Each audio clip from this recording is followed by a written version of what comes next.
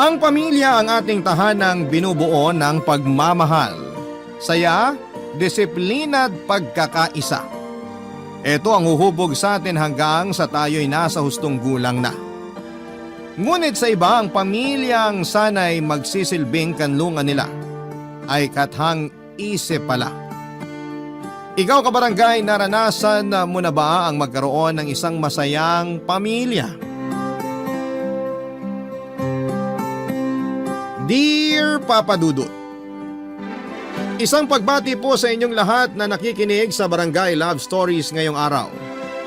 Nakatutok po lagi ang mga kaibigan at katrabaho ko sa programa ninyo. Mga avid listeners sila sa YouTube at Spotify. Nakikinig tuwing hindi matsyempohan ang live airing sa Barangay LS. Ako nga pala si Janessa, 33 years old na ngayon at tubong Laguna. Nagsimula naman po itong kwento ko 4 years ago. Lumaki ako sa hirap, Papa Dudut. Mula elementary hanggang high school ay kasama kami ng tatay ko sa pag-uuling sa bundok. Pumapasang kami ng mga kahoy na uulingin o kaya naman ay mga uling na mismong nakasako na. Dalawa lang kaming magkapatid pero naglayas ang kuya ko noong 18 years old pa lamang ako. Kaya kami na lamang ni nanay ang tanging naiwan sa poder ni tatay, Papa Dudut. Wala na rin akong naging balita sa kapatid ko mula nang umalis siya.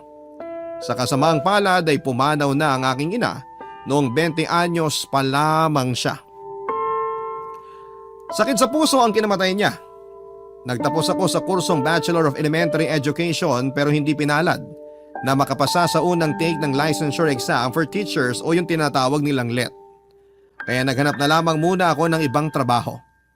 Naranasan kong magtrabaho bilang service crew sa isang fast food chain at naging sales lady sa mall hanggang sa matanggap ako bilang admin staff sa isang kumpanya sa Laguna. Sa kabila ng edad ko ay hindi ko pa rin magawang makapag-asawa dahil sa banta ng aking ama na lulumpuhin niya ang sinumang makakarelasyon ko. At alam ko rin na kayang-kaya nga niyang gawin yon. Naunawaan ko naman kung bakit siya naghihigpit pagdating sa akin dahil bukod sa babae ako, ay ako na lang din ang anak na kasama niya at maaasahan sa mga gastusin. 60 years old na kasi si tatay noong panahong yon at wala ring permanenteng trabaho. Nang ipagbawal na ang pag-uuling ay pa-extra na lamang siya sa kung ano-anong trabaho. Ang kaso ay hindi niya rin naman tinatagalan ang mga napapasukan niya. Nang magkaroon ako ng maayos na trabaho ay inasa na niya sa akin ang lahat-lahat. Doon na rin lumabas ang pagiging babaero at lasenggero niya, Papa Dudut. Dahil doon ay sinubukan kong mangupahan na lamang para makabukod na sa kanya. Minsan kasi nakikita ko pa mismo kung paano siya makipaglampungan sa mga babaeng inuuwi niya. Ang masakla pa, ang perang ginagamit niya ay galing sa pinaghirapan ko sa pagtatrabaho. Akala ko kapag umalis ako sa bahay ay matatahimik na ang buhay ko, Papa Dudut. Pero ganito ang nangyari.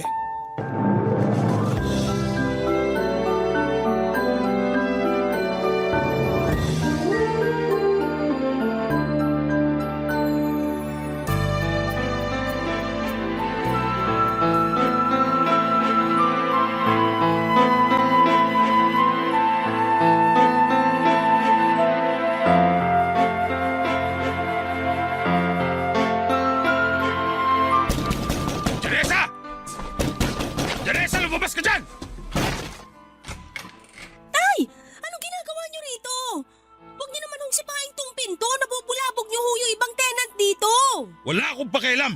Sino nagsabi sa'yo umalis ka sa bahay, ha? Tay, magsalita ho kayo ng mahinahon. Nakakahiya po sa mga nakakarinig. Buti na lang wala dito yung caretaker kundi… Hindi ano? Huwag mo akong madaan-daan sa ganyan. Baka gusto mo sabay ko pang pilipitin ng legyo ng caretaker dito. Huwag naman ho kayong ganyan. Kung magwawala lang kayo rito, mas mabuting umuwi na lang kayo at doon na lang tayo mag-usap sa bahay. Ba't ang yabang mo na? Porke ba kumikita ka na ng sarili mong pera, ha? Baka nakakalimutan mo kung saan nagsimula, Janessa. Ano ba kasing kinagagalit nyo? Di ba pabor din naman sa inyo nung umalis na ako sa atin?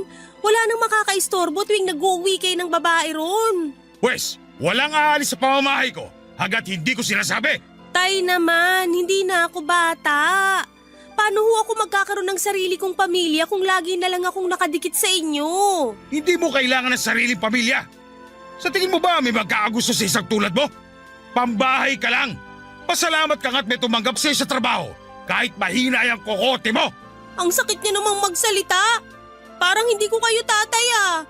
Gusto ko lang namang maranasang bumukod at mamuhay ng mag-isa. Aba nagdidesisyon ka na mag-isa? Hoy, baka nakakalimutan mo. Lahat ng desisyon mo, dadaan muna sa akin. Ako na lang ang magulang na meron ka. Kung wala ako, wala ka ngayon dyan sa kinatatayuan mo. Nagsikap din ho ako, tay. Lalo na nung kailangan ko kayo pero hindi niyo naman ako tinulungan. Isusumbat mo talaga sa akin ngayon yan? Doon ka nga sa loob!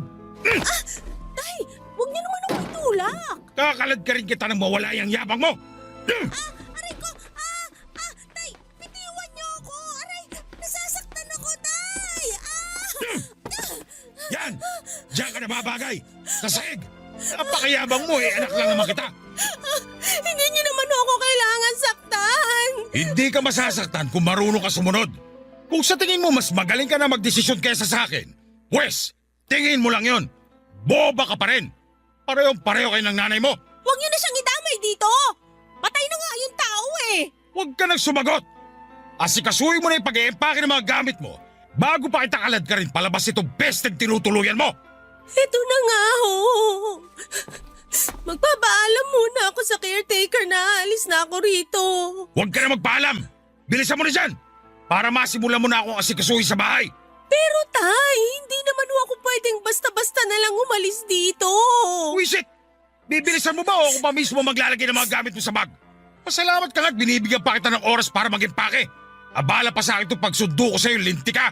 Ito na nga ho, nag-iempake na. Mabuti naman. Napakatagal mo kumilos. Dami mo kasi dadae. Gano'n ba kahirap gawin yan? Saglit na lang ho to. Babalikan ko lang yung ibang gamit para makausap na rin yung caretaker dito. Wala akong paki sa mga balak mong gawin sa caretaker nito. Basta umuwi ka kayo sa bahay at tapos ang usapan. Papadudod sobrang sama ng loob ko sa ginawang yon ni tatay. Bukod kasi sa ipinahiya niya ako sa mga kapwa ko tenant noon, ay muli na naman niya akong pinagkaita ng kalayaan. Alam ko namang nasa hustong edad na ako para bumukod at mamuhay ng mag-isa. Mula nang bumalik ako sa poder ni tatay ay wala naman akong ibang narinig kundi ang masasakit na salita at kung ano-anong pang-iinsulto. Madalas pa niya akong napagbubuhatan ng kamay tuwing hindi ko napipigilang ipagtanggol ang sarili ko. Bukod sa pananakit ni tatay ay mas napapadalas na rin ang pag-inom niya sa bahay. Kasama ang kumpare niyang si Mang Lito. Tulad niya ay 60 anyos na rin po ito at parang hindi mabubuhay kung walang alak sa katawan. Wala rin po itong trabaho at umaasa lamang sa panganay na anak na si Rigel na isang high school teacher. Tulad ko ay breadwinner din si Rigel. Mas matanda lang siya sa akin ng 2 taon. Suplado at may pagkapihikan siya sa babae kaya kahit magkapitbahay lamang kami ay hindi kami formal na nagkakilala. Nakilala ko na lamang siya sa mga kwento ni Mang Lito tuwing nagiinuman sila ni tatay. Palagi kasing ibinibida ni Mang Lito ang mga achievement ni Rigel na siya namang ipinamumukha sa akin ni tatay dahil hindi ko naabot ang kahit na alin sa mga yon, papadudot. Tuwing hindi ko noon napipigilang makaramdam ng kaba tuwing nagiinuman sina tatay sa bahay dahil ganito ang mga nangyayari.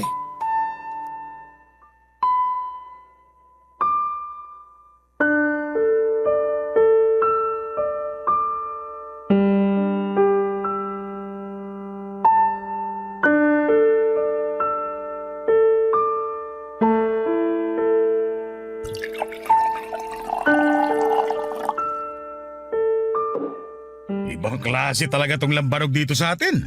Ang sarap. Parang gusto ko nang gawing tubig eh. Baka ibig mong sabihin ibang klase yung sarap. Parang yung mga babae dun sa napuntahan nating KTV nung nakaraan. Konting kandong lang pinanggigigilan mo na agad. Ikaw talaga pare. Pero tama ka dun.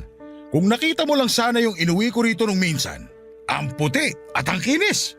Kung yun ang asawain ko, ni hindi ko patatapuan sa lamok. Aba syempre, ako rin. Pero kung sa ganda't kinis lang din naman, di na ako lalayo. Bakit? May natitipuhan ka na ba ng taga rito sa atin? Meron pare, pero mukhang hindi pwede. Sus! Anong di pwede? Hindi uso sa atin ang mga ganyang katuwag pare. Hindi mo nauunawaan pare, pero hayaan na muna natin. Pasasaan ba't makukuha ko rin siya?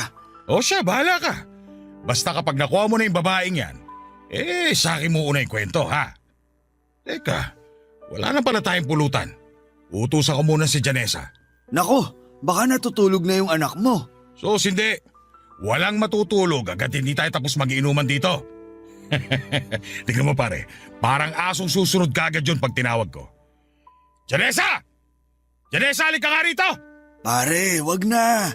Hayaan mo nang magpahinga ang anak mo. Anong oras na rin? Oh, ayan na pala. Bakit ho, Tay? Oh, bakit nakabusangot ka? Baka gusto mo paputokin ko yung uso mo. Tay, kung may iuutos kayo, iutos nyo na. Maaga pa ako sa trabaho bukas. Umayos ka ha? Huwag mo akong pinapahiya rito. Nako, pagpasensya mo na kami, Janessa. Maglalambing lang sana tong tatay mo. Wala na kasi kaming pulutan. Pakisamahan mo na rin ang kape. Ayos lang ba? Sige ho, kukuha lang ako sa kusina. Pakihintay na lang. Masunurin naman yung anak mo, Gimo. Kaya wag mo nang sindakin. Kawawa naman kung mapupuyat pa dahil sa atin. Matagal-tagal pa tayong magiinuman.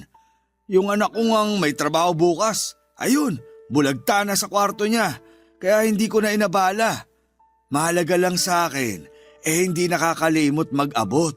Alam mo na, di pwedeng walang alak tong katawan ko sa loob ng isang araw. Buti pa nga yung anak mo. Akala mo ba bilib na bilib ako dyan sa anak ko? Ako, malayong malayo tong aking sa anak mo. Mahina ito, bobang walang iya. Kung bakit ba kasi naging babae pa Nasa na nga ba yung panganay mo? Di ba't lalaki yun? Nako, lalaki nga. Wala naman dito. Wala rin kwenta. Hindi ko nga alam kung nasa ang lupalop na yun Malay ko ba kung buhay pa o patay na? Kapag ganyang wala naman pakialam sa akin, matik ng burado sa buhay ko. Ikaw talaga pare Anak mo pa rin naman yun. Sus, sino ba sila sa akala nila? Mga anak ko lang naman sila. Teka nga, ang tagal ng pulutan Hoy, Janessa! Natabunan ka na yata ng pulutan dyan sa kusina! Eto na ho. Naginit pa kasi ako ng tubig para sa kape nyo kaya natagalan. Ang bait mo talaga, Iya. Salamat ha. Baka gusto mong samahan kami rito ng tatay mo. Hindi na ho. Maaga pa ako bukas. Maiwan ko na kayo rito. Sige na, pumasok ka na sa kwarto mo. Basta pag tinawag kita, labas ka kagad ha? Naintindihan mo? Sige ho. Pare, may iba ako. Wala pa bang nanliligaw dyan sa anak mo? Maganda naman Saka na pag naiahaw niya na ako sa kahirapan. Labo mo naman pare. Teka, pwede bang makigamit muna ng banyo nyo? Naiihi na kasi ako. Sige lang. Alam mo naman kung nasan yung banyo. Mamumulutan muna ako rito habang hinihintay ka. Papadudot pagkatapos ni Mang Lito gumamit ng banyo ay pasimple siyang sumilip sa kwarto kong natatabingan lang ng kurtina ang pintuan. Nasaktuhan pa niyang nagbibihis ako ng oras na yon kaya gano'n na lamang ang galit ko sa kanya. Pinagsabihan ko si Mang Lito sa ginawa niyang paninilip sa akin pero binulyawan lamang ako ng magaling kong ama at nauwi pa yon sa matinding pagtatalo. Dumating naman noon sa bahay ang anak ni Mang Lito na si Rigel para sunduin ang ama niya nang malaman nitong nagkakagulo na sa amin. Taliwas sa ugali ng ama ay marespeto at kagalang-galang si Rigel, kaya agad ko siyang nakagaana ng loob. Hindi ko rin naman nakalain na sa ganong pagkakataon pa namin formal na makikilala ang isa't isa. Hindi niya kinukonsente ang ginawa ng tatay niya kaya hinayaan niya ako na pagbantaang itong ipapapulis. Sa susunod na gawin niya ulit ang bagay na yon. Pinagsabihan na rin niya ang ama at ipinamukha rito ang maling nagawa. Kaya naman tuwing nakikipag-inuman si Mang Lito kay tatay ay hindi na ito nagtatangkapang pumasok sa loob ng bahay namin. Doon na nga kami nagsimulang maging malapit ni Rigel sa isa't isa. Minsan ay nagkakasabay pa kami sa sakayan papasok sa trabaho at pag-uwi kaya nagkakaroon kami ng pagkakataong makapag-usap habang naglalakad. Makalipas naman ng ilang linggo ay tila nagkaroon ako ng pansamantalang kalayaan nang isama ni Mang Lito si tatay sa kabilang probinsya para magtrabaho. May ginagawa raw kasing pabahay doon at nangangailangan pa ng tao. Sa maikling panahon na wala si tatay ay tila ba gumaan ang buhay ko, Papa Dudut. Barangay Love Stories. Barangay Love Stories. Papadudot ng panahong wala si tatay ay napapadalas na nga ang pagdalaw ni Rigel sa akin sa bahay. Aminado naman ako noon na unti-unti ko na rin na-appreciate ang mga effort niya para lamang mapalapit sa akin. Hindi rin naman ako gaanong kainosente para hindi ko mapuna na hindi lang pakikipagkaibigan ang intensyon niya. Nag-offer pa nga si Rigel na i-tutor ko yung isa sa mga estudyante niya para may extra income daw ako kung sakali. Tinanggap ko yon dahil kaya ko namang magturo. Si tatay lang talaga ang walang bilib sa akin, Papa Dudut. Lahat kasi ng gawin ko ay inuunahan niya kaagad ng pangiinsulto. Para sa tingin ng ibang tao ay siya pa rin ang mas magaling sa lahat ng bagay. At pakiramdam ko ng panahon na yon, kahit ano pa ang marating ko sa buhay ay baliwala lang kay tatay. Hindi naman nagtagal ay unti-unti na ring nagparamdam ng intensyong manligaw si Rigel. Nabawasan na noon ang pagiging suplado niya lalo na kung ako ang kasama niya. Ganon pa man ay tutol ako sa ideyang maging kami ni Rigel. Kahit gusto ko na rin naman siya dahil sigurado akong malalagot siya sa tatay ko. Hanggang sa tuluyan na nga siyang nagtapat ng tunay niyang nararamdaman para sa akin. Pero nang gabing yon ay siya rin namang pagdating ni tatay sa bahay. Matapos ang 6 na buwang pagtatrabaho sa kabilang probinsya kasama si Mang Lito. Pero ang mas kinagulat ko ay ang nakita kong kasama niya nung umuwi sa amin si Papa Dudut.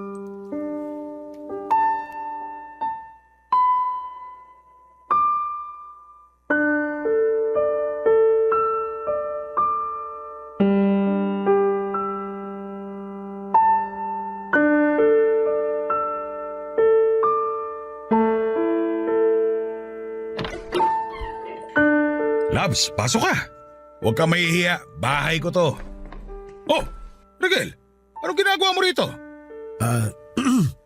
Mang Gimo, magandang gabi ho sa inyo. May pinag-uusapan lang po kami ni Janessa. May pinag-uusapan lang? Sa itsura mo mukhang kanina ka pa rito Hindi po. Kararating ko lang po. Oh, palis ka na, di ba? Nakauwi na rin ang tatay mo. Gabing-gabi na nandito ka pa. Wala naman po ako masamang intensyon sa pagpunta ko rito, Mang Gimo. Pero tama ho kayo. Paalis na rin po ako. Janessa, uwi na ako ha. Mang Gimo, salamat ho. O siya, sige. Uwi na. Rigel, salamat nga rin pala. Ingat ka. Salamat ka pa dyan. Sipain kita Naliligaw ba sa'yo yun? Ho? Naku, hindi ho. Pinag-usapan lang namin yung tututuran kong estudyante niya. Dagdag income din ho yun. Tay, sino nga ho pala yung kasama niyo? Nga pala Janessa. Si Rona, lalabs ko. Dito na siya titira sa atin kaya sikasuhin mo siya ha? Labs, si Janessa, anak ko. Ikaw pala yung anak ni Gimo? May trabaho ka ba? Janessa, hindi mo man na ba sasagutin tong tita mo? Tita, lakas naman mga thunders. Ron na lang itawag mo sa akin. Okay. Feel at home na lang. Salamat. Pero hindi mo pa sinasagot yung tanong ko. Huwag mo namang sayangin ang laway ko ha. Mukhang matagal-tagal pa naman tayo magkakasama rito. Ay, anong tanong ba? Kung may trabaho ako? Oo naman. Bakit mo natanong? Wala lang. Gusto ko lang makasiguro. Kasi ayoko magutom dito. May sinasabi ka ba? Wala. Ang sabi ko, ang sipag-sipag mo naman pala. Mukha ring responsableng anak. Magkakasundo tayo. O siya, tama na muna ang kwentuhan nyo. Maganda ka na makakain namin, Janessa. Kanina pa kami gutom sa biyahe. True. Medyo mahapdi na nga tong sikmura ako eh. Ikaw naman kasi, Labs. Mani at popcorn lang ang binili mo sa bus kanina. Sus, ikaw naman. Huwag ka na magtampo. Wala rin namang ibang mabili kanina kundi yun lang. Eh teka, ano nga ba makakain dyan, Janessa? Yun nga ho ang problema, Tay. Hindi ho ako nakapagluto kasi mag-isa lang naman ako dito kanina. Sana ho nagsabi kayo na uuwi kayo ngayon para nakapaghanda ako ng… Bobo ka talaga, no? Paano ko sasabihin wala naman ako cellphone? Tay, hindi nyo naman kailangang sumigaw. Kung alam ko lang kasing uuwi kayo, nakapaghanda sana ako ng masarap na hapunan. Kung makakahintay pa kayo, magluluto ako. Wag na. Magbukas ka na lang ng delata. Buisit. Pagod na nga kami sa biyahe, wala pang pagkain. Pero pa hinihintay mo? Pasko? Asikasuhin mo na! Opo. Ano ba yan? Dilata na nga sa amin, pati ba naman dito, dilata pa rin? Kaya mo, Labs. Babawi ako sa'yo. Magluluto tayo ng pork chop bukas. Yung para sa ating dalawa lang. Yan ang gusto ko sa'yo, Labs eh. Kaya nga hindi ako nagdalawang isip na sumama sa'yo kasi alam kong hindi mo ako pababayaan. Huwag ka mag-alala. Tuwing gabi, paliligayahin kita. Yun eh, kung di tayo makakaistorbo sa anak mo. Ano ka ba, Labs? Huwag mo nga isipin yung anak ko. Sabi ko nga, di ba? Lahat ng sasabihin ko, susundin niya. Kung hindi, malilinti ka siya sa akin. Talaga lang ha, ayoko magkaproblema sa anak mo. Aalis talaga ako rito kapag may ginawa yan sa akin. Hindi mangyayari yon. Ituring mo na rin sa'yo itong bahay na to. Gawin mo lahat ang gusto mong gawin. Pagbalik ko sa trabaho, magpapadala na lang ako ng pera para may panggastos ka. At kung sakaling kulangin ka, humingi ka lang dyan kay Janessa. Papadudot unang kita ko pa lamang kay Rona ay hindi ko na siya gusto para sa tatay ko. Bukod kasi sa parang anak na siya ni tatay dahil magkaedad lamang kami, ay masyado rin siyang maarte, paawa at halata namang mukhang pera. Bago isama ni tatay sa bahay ay nagtatrabaho bilang GRO si Rona. Sa mga naku-curious sa itsura niya ay may katabaan siyang babae at masasabi ring pinagpala pagdating sa hinaharap. May malaking nunal din siya sa itaas ng kanyang labi. Bukod din sa pagiging feeling close niya ay masyado rin siyang mautos at tamad. Hindi ko nga alam kung ano ang nagustuhan ni tatay sa kanya at siya pa rin ang piniling makasama. Malayong malayo kasi sa yumao kong ina ang ugali ni Rona. Pero wala naman akong magawa dahil desisyon na yon ng aking ama. Nang bumalik sa trabaho si tatay ay kami na lang ni Rona ang naiwan sa bahay. At walang araw na hindi ako nai-stress sa kanya. Wala na kasi siyang ibang ginawa kundi ang matulog, kumain at magpaganda. Panay pang reklamo sa pagkain na hinahain ko at sa itsura ng bahay namin. Napilitan pa akong palagyan ng kisame ang bahay namin dahil sa kung ano-anong sinasabi niya. Pero sa kabila ng pagtitimpi at pagsasakripisyo ko ay nauwi pa rin kami sa isang sitwasyong tuluyang sisira sa amin ng tatay ko.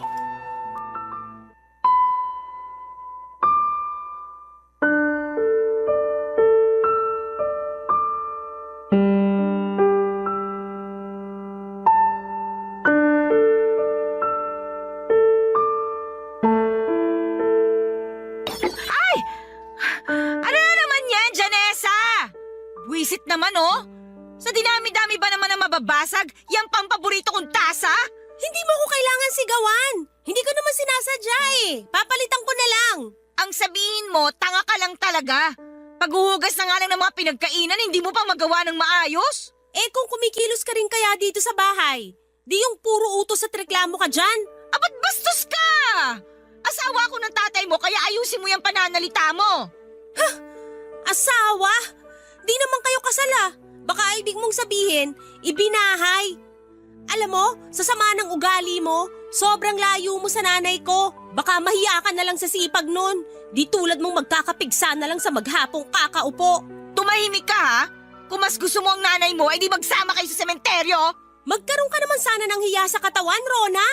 Wala ka nang ginagawa rito, panay reklamo ka pa. Pagod na ako pag-uwi galing trabaho tapos dadatnan ko pang makalat ang bahay. Tapos ano, ako pa rin ang magluluto at maghuhugas sa mga pinagkainan? At ngayon, nang dahil lang sa nabasag na tasa, iinsultuhin mo ako? Kung ayaw mong gawin, edi wag. Wala namang pumipilit sa'yo. Ang bilin sa akin ng tatay mo, gawin ko kung ano ang gusto ko. O, angal ka? Doon ka sa kanya magreklamo. Nangatwirang ka pa sa katamaran mo? Ha? Ano pa nga bang aasahan ko sa isang prosti na katulad mo? Anong sinabi mo? Narinig mo naman, di ba? Hindi mo ba matanggap? Magaling ka lang bumuka ka at yun lang ang alam mong gawin. Pag na-real talk, magsusumbong para magpakampi. Ibang klase. Ang kapal talaga ng mukha mo. My loves, nandito na ako. Kahalalabang ako talaga. Ano nangyari dito? Ay, ikaw ang bumitaw. Teresa, itiwan mo nga si Rona. Aray! Tay! Bakit ako tinulak nyo? Eh siya yung unang nanugod! Hindi ba't sinabihan na kita? Wala kang gagawin kay Rona.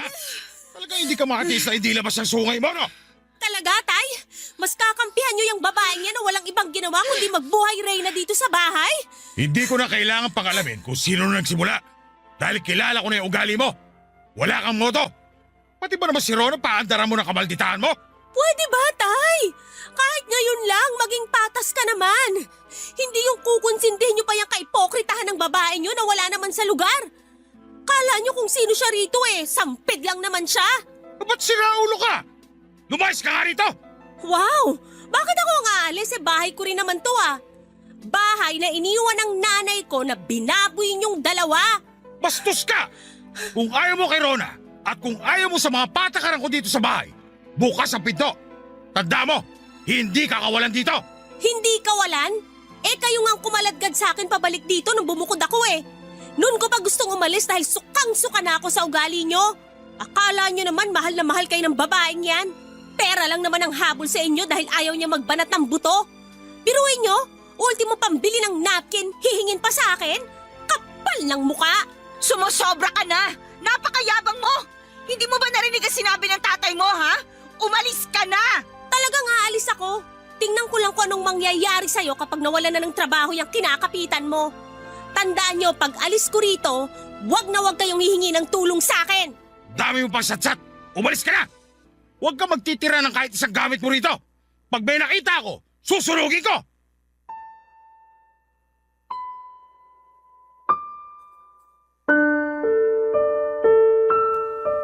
Papadudot na puno ako ng galit noong palayasin ako ni tatay na parang ligaw na pusa sa bahay na ipinundar ng nanay ko. Halos hindi ko matanggap na matapos lahat ng sakripisyo ko para sa bahay na yon, ay mababaliwala lang dahil sa isang babaeng pakawala tulad ni Rona. Hindi ko alam kung saan ako pupunta ng gabing pinalayas ako ni tatay. Halos wala na rin kasi akong kapera-pera noon dahil sa dami ng mga gastusin sa bahay mula nang tumira si Rona sa amin. Mabuti na lamang at nagmagandang loob si Rigel na doon muna ako pansamantalang makituloy sa kanila kahit noong gabing yun lamang. Siya pa mismo ang pumilit sa akin na doon na muna ako sa kanila habang naghahanap pa ako ng mauupahan. Pero pangalawang araw ko pa lamang sa kanila ay napilitan na agad akong umalis. Akala ko kasi noon ay nagbago na talaga ang tatay niyang si Mang Lito. Pero nahuli ko siyang sinisilipan ako habang nagbibihes sa kwartong ipinagamit ni Rigel sa akin. At dahil matagal-tagal pa bago ang sweldo namin, ay pinautang muna ako ni Rigel ng pangrenta. Lumipas ang mga buwan. Nawala akong komunikasyon kay tatay Papadudot hanggang sa umabot na nga ng taon. Makalipas ng 4 na taon ay nagpasya na kaming magsama ni Rigel. Nung una ay masaya kami kasi kasundo namin ang isa't isa. Pero Papadudot, Hindi ko po akalain na darating din pala ang pagkakataon na bigla na lang magbabago ang lahat. Na biglang manlalamig na lamang siya sa akin. Barangay Love Stories. Barangay Love Stories. Papa Dudut, sinubukan ko naman kausapin si Rigel para malaman kung ano ang problema at bigla ang nagbago ang pakikitungo niya sa akin. Pero bigo akong makakuha ng sagot. Masakit yon para sa akin dahil hinihintay ko rin noon na ayain na niya akong magpakasal. Hanggang sa nalaman ko na kaya pala nagkakaganon si Rigel ay dahil madalas na niyang gustong magkaroon ng anak. Ilang beses na kaming sumubok pero bigo kami, Papa Dudut. Nakadagdag pa sa pagkadismaya ni Rigel na 2 beses na akong nakunan. Nang magpatingin ako sa doktor ay doon ko lang nalaman ang tungkol sa polycystic ovarian syndrome ko o yung tinatawag po nilang PCOS na siyang dahilan kung bakit hirap akong magbuntis. Sinusunod ko rin naman ang mga payo ng doktor. Pumasok na lang sa isipan ko na baka hindi para sa akin ang magluwal ng bata. Kasi lahat ng effort namin ay nababaliwala lang. Hindi ko na alam kung papaano ko pa mabibigyan si Rigel ng anak. Alam kong iritable siya kaya tiniis ko na lamang ang malamig niyang pakikitungo sa akin. Ang pagkakataon na 1 buwan kaming hindi nag-uusap ni Rigel at halos hindi na magkita sa sobrang abala naming pareho sa trabaho. Ang tanging ipinagpapasalamat ko na lamang ng panahon na yon ay hindi naman niya nagawang mambabae sa kabila ng sitwasyon naming dalawa. Papa Dudut, matapos nga ang 4 na taon na wala akong balita kay tatay, ay nakatanggap ako ng tawag mula sa isang unknown number.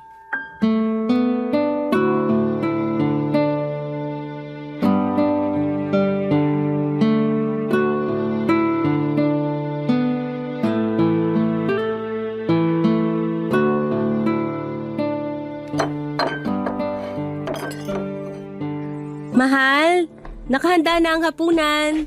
Kain na tayo. Mauna ka na. May tinatapos pa akong exam para sa mga bata. Tsaka meron pa ako i-check ng mga activity mamaya. Hindi ba pwedeng kumain ka muna? Sandali lang naman to. Gugutumin ka sa pagtatrabaho. Janessa, please naman. Kung nagugutom ka na, di kumain ka. Dapat ba lagi tayong sabay? Di ka ba makakain mag-isa? Ang dami ko pang kailangan tapusin. Kaya pwede ba huwag ka nang dumagdag sa stress ko? Ay. O sige. Hindi na muna kita aabalahin. Basta kapag nagutom ka, nandito lang yung mga pagkain ha. Sabihan mo na lang ako kung gusto mong ipainit. Ay, salamat. Ay. Mag-isa na naman akong kakain. Ay, may tumatawag. Unknown number? Sino kaya to? Sagutin ko nga. Hello? Sino po to? Si Janessa ba to? Si Janessa nga to. Kung ikaw nga si Janessa, wag mo munang ibababa. Ako to, si Rona. Kala ko naman kung sinong importante. Anong kailangan mo? Tsaka paano mo nakuha tong number ko? Eh di sa boyfriend mo, hiningi ko sa kanya na manggaling siya dito last week. Ha? Ano ka mo? Nanggaling siya dyan last week? Oo, binisita yung tatay niya. Ganun ba? Eh, bakit ka napatawag? Eh kasi yung tatay mo, nasa ospital. Kung may pakialam ka pa sa kanya, umuwi ka at puntahan mo siya. Sige na, may gagawin pa ako. Ano kaya nangyari? Paano na-ospital si tatay? Abnormal din yung Rona, di ba sinabi ko sa ospital? Wala talagang kwenta. Ay, mahal, Oh, bumisita ka pala sa tatay mo last week? Parang di mo yata nabanggit sa akin. kailangan ba? Sumaglit lang naman ako ron. Pero sana sinabi mo pa rin. Bakit pa? Sigurado naman di ka rin sasama. Ayaw mo makita si Ron at saka yung tatay mo, di ba? Tsaka sigurado ako na ayaw mo rin naman makita yung tatay ko. Alam mo naman kung bakit, di ba? Alam mo ko nung ginawa sa akin ng tatay mo kaya gusto kong dumistansya sa kanya. Ang tagal na nun, Janessa. 4 na taon na ang lumipas. Isa pa, tatay ko pa rin siya. Kaya magkikita at magkikita kayo kung sakali. Talaga ba, Rigel? Gaganyanin mo ako ngayon? Ipapaalala ko lang sa'yo na ikaw mismo ang nagsabi sa akin na lumayo sa kanya. At kahit 10 taon pa ang lumipas, hindi ko yun magagawang kalimutan. Sa tingin mo ba okay lang sa pakiramdam ko na pinagnanasaan ako ng tatay mo? Bawat pagtitig niya sa akin para niya akong hinuhubaran.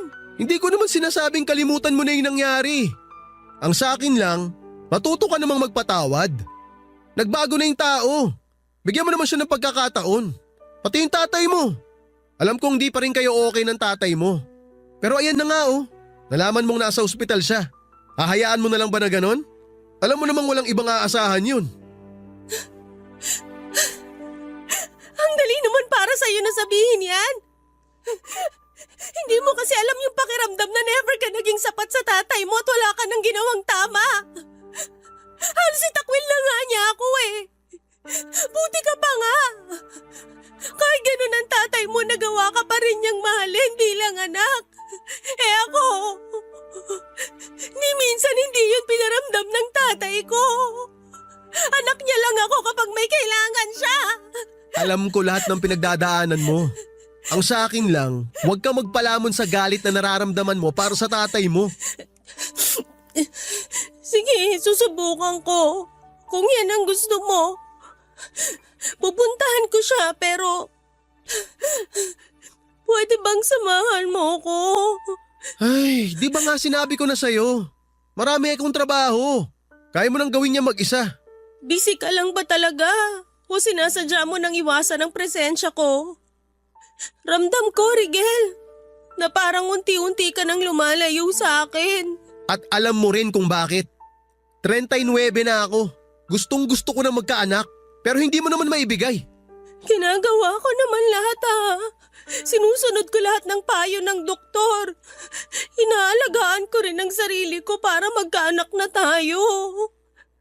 Ang kailangan ko ngayon, suporta mo at tiwala na ipagkakaloob din yun sa atin sa tamang panahon. Bakit parang ang hirap-hirap para sa'yo na gawin yun? Sa totoo lang, ayoko nang umasa.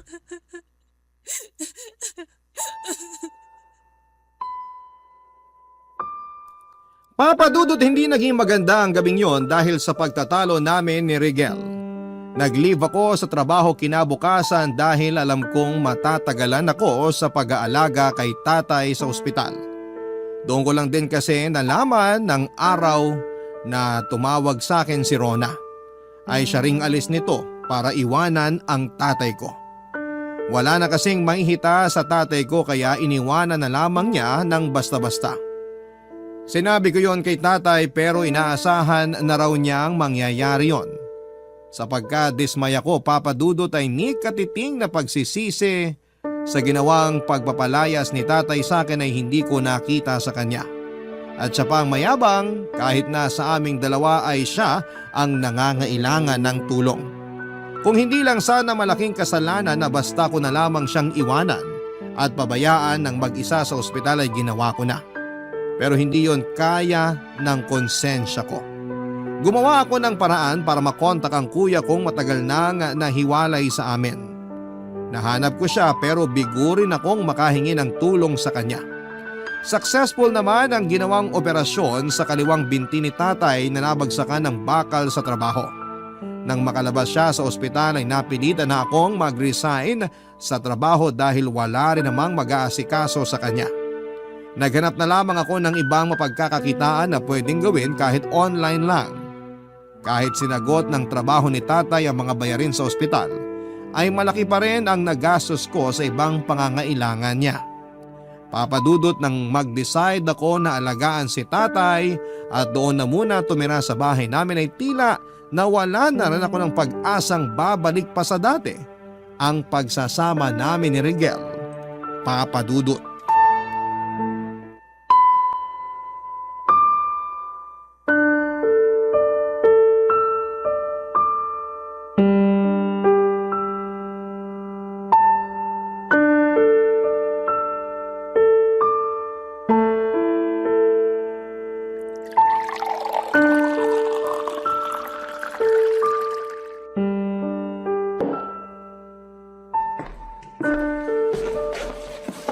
Tay, inumin nyo na muna itong mga gamot nyo para makatulog na rin kayo maya-maya.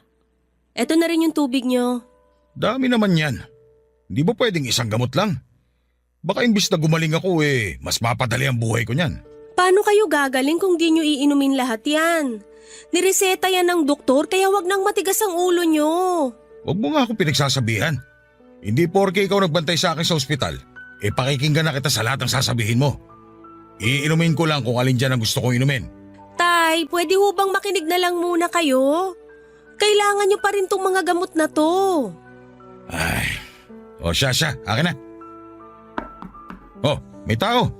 Tingnan mo nga kung sino yon. Eto na po, bubuksan ko na yung pinto. Rona? Anong ginagawa mo rito?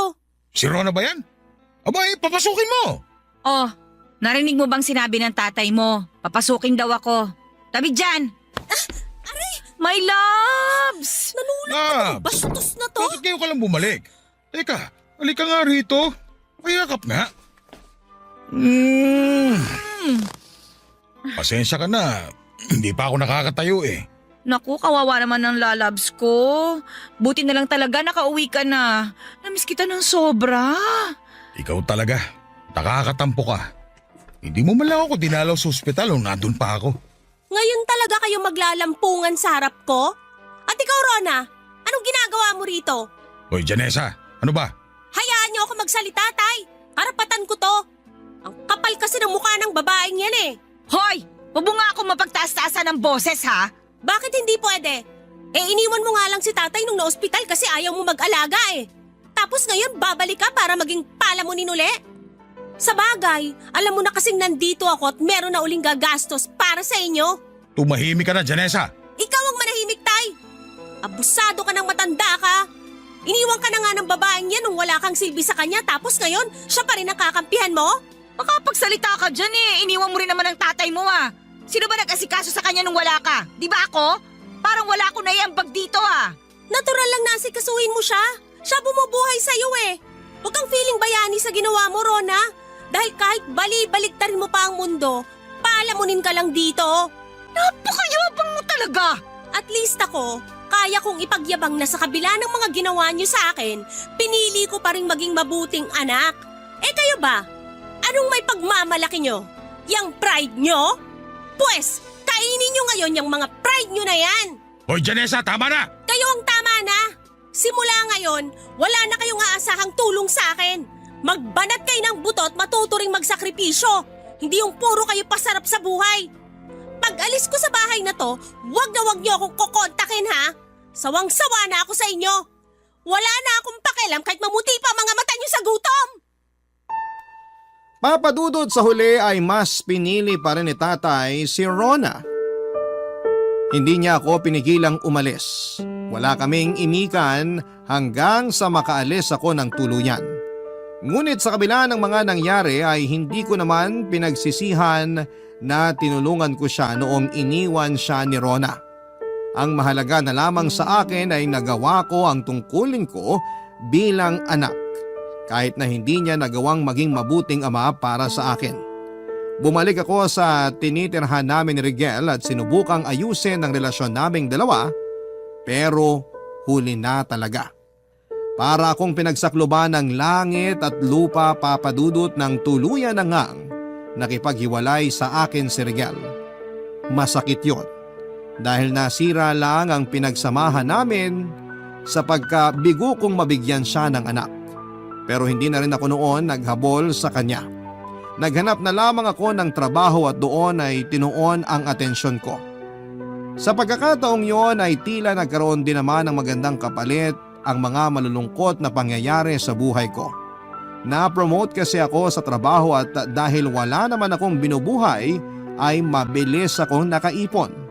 Nagawa ko na rin makapag-travel sa mga bansang noon ay pinapangarap ko lang na mapuntahan. At isa na nga roon ng Scotland na naging malapit na rin sa puso nang makilala ko roon ng lalaking nagpasaya at pumawi sa masasakit kong mga pinagdaanan. This year lang, Papadudot, ay dumating na nga ang pinakamalaking blessing sa buhay ko. 8 months na po akong buntis at maayos naman ang kalagayan naming pareho ng sanggol na nasa sinapupunan ko. Konti na lang at masisilayan ko na rin ang anghel sa buhay namin ng boyfriend ko. Nagbabalak na rin kaming magpakasal next year pero sa ngayon ay inuuna na muna namin ang pagpapagawa ng bahay. Dito na rin kasi sa Pilipinas piniling tumira ng Scottish boyfriend ko. Mabait naman siya at maalaga. Ramdam ko rin na mahal niya kami ng magiging anak namin. Si Rigel naman, ang huling balita ko sa kanya ay kinasal na rin sa girlfriend niya na sumunod sa akin. Masaya na rin ako para sa kanya sa ngayon. Papadudot hanggat maaari ay ayoko nang magtanim ng galit sa puso ko. Kaya pinatawad ko na rin ang tatay ko. Pero kahit napatawad ko na siya ay mas pinili ko pa rin ang buhay na malayo sa kanya. Mahalaga ay alam kong maayos naman ang kalagayan niya.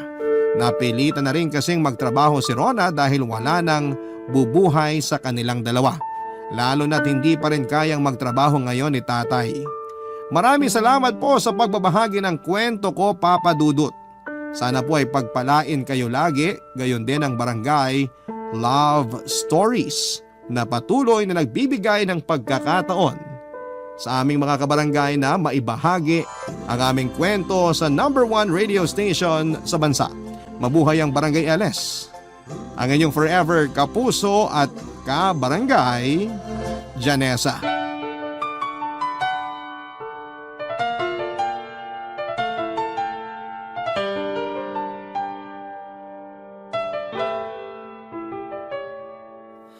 Ang buhay ay mahiwaga, laging may lungkot at saya. Sa Papa Dudut Stories, laging may karamay ka.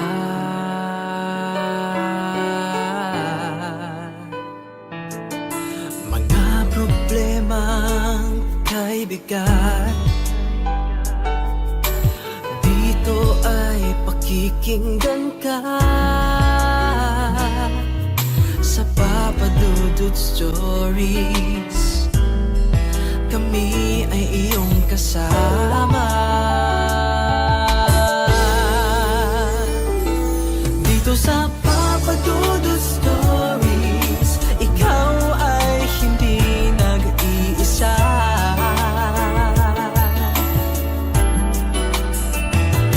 Dito sa Papa Dudut Stories, may nagmamahal sa'yo.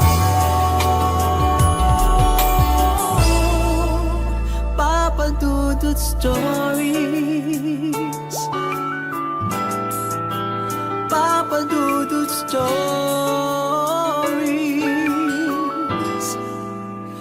Papa Dudut Stories. May mga tao na sadyang marupok ang puso at kayang magmahal ng taong hindi pa niya lubusang kilala. Minsan sila yung mga tao na kulang sa atensyon at pagmamahal mula sa kanilang pamilya. Ikaw kabarangay, mamahalin mo ba ang taong hindi mo pa nakikita sa personal? Dear Papa Dudut, magandang tanghali po sa inyo at sa mga kabarangay nating nakikinig ngayon. Tawagin niyo na lamang po ako sa palayaw kong Iboy. 36 years old at nagtatrabaho bilang IT specialist sa isang kumpanya sa Mandaluyong. Sa Cavite po talaga ako nakatira kasama ng asawa at anak ko.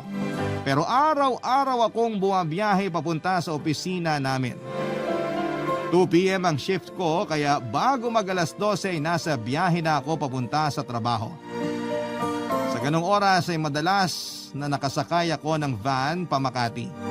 At madalas ding nakatune in sa Barangay LS 97.1 ang radyo ni Manong Driver. Doon ko talaga na-discover ang inyong programa na Barangay Love Stories. Hanggang sa heto nga at naisipan ko na rin magpadala ng sulat sa inyo. Papadudot ang kwentong ibabahagi ko sa inyo at sa ating mga kabarangay ay nangyari noong nasa kolehiyo pa lamang ako, year 2006. Mga panahon na hindi pa gaanong uso ang social media at may ibang website kaming ginagamit para magkaroon ng mga online friend. Hindi naman ako mahiling makipagharutan sa mga nakikilala o nakakausap ko sa site na yon. Pero meron lang talagang isang babae doon na madalas kong nakakachat hanggang sa maging textmate ko na nga siya. CJ ang pangalan niya. At hindi nagtagal ay naging girlfriend ko na rin siya, Papa Dudut, kahit textmates pa lamang kaming dalawa. At pagkalipas nga ng isang buwan na magka-text kami, nagkasundo kami na magkita noon ni CJ, Papa Dudut.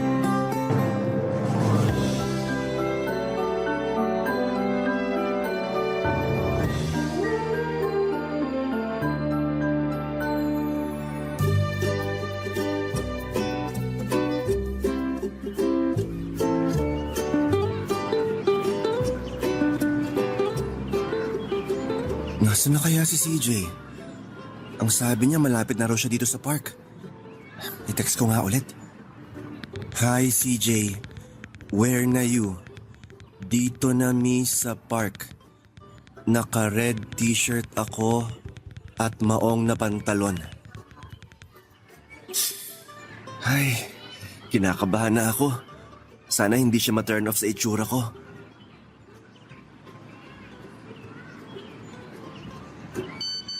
Ayan, nag-reply na si CJ. Nandito ako malapit sa may nagtitinda ng buko juice. Nakaputi ako na blouse at blue na palda. Nakaputi na blouse at blue na palda. Malapit sa nagtitinda ng buko juice. Nasaan ba dito yung nagtitinda ng buko juice? Ayun na yata siya. Nandun si Manong na nagtitinda ng buko juice. Tapos may nakaupong babae na nakaputing damit at blue na palda sa pwesto na malapit sa kanya. Ay, lapitan ko na nga siya.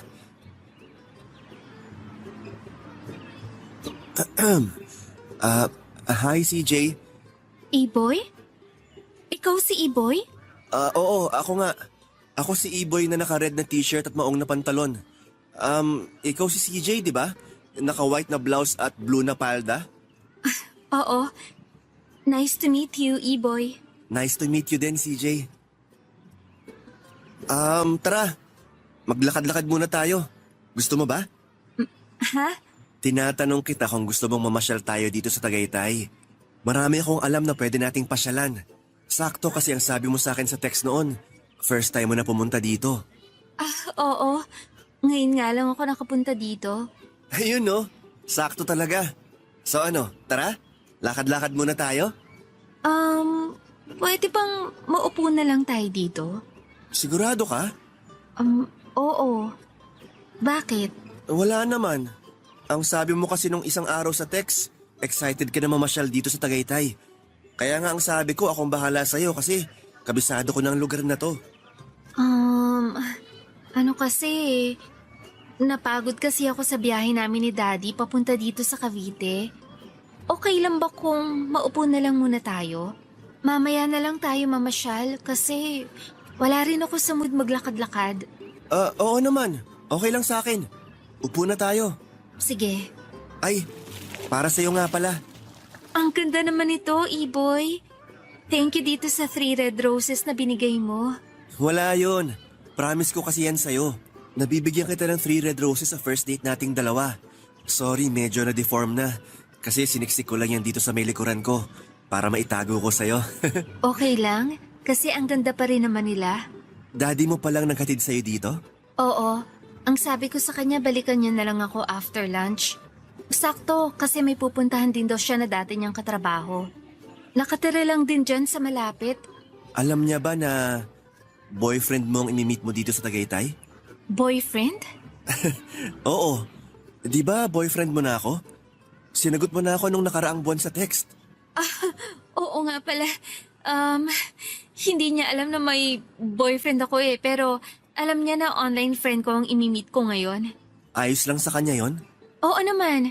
May tiwala naman sa akin ng daddy ko. I see. Okay. Tahimik ka pala sa personal, no? Medyo.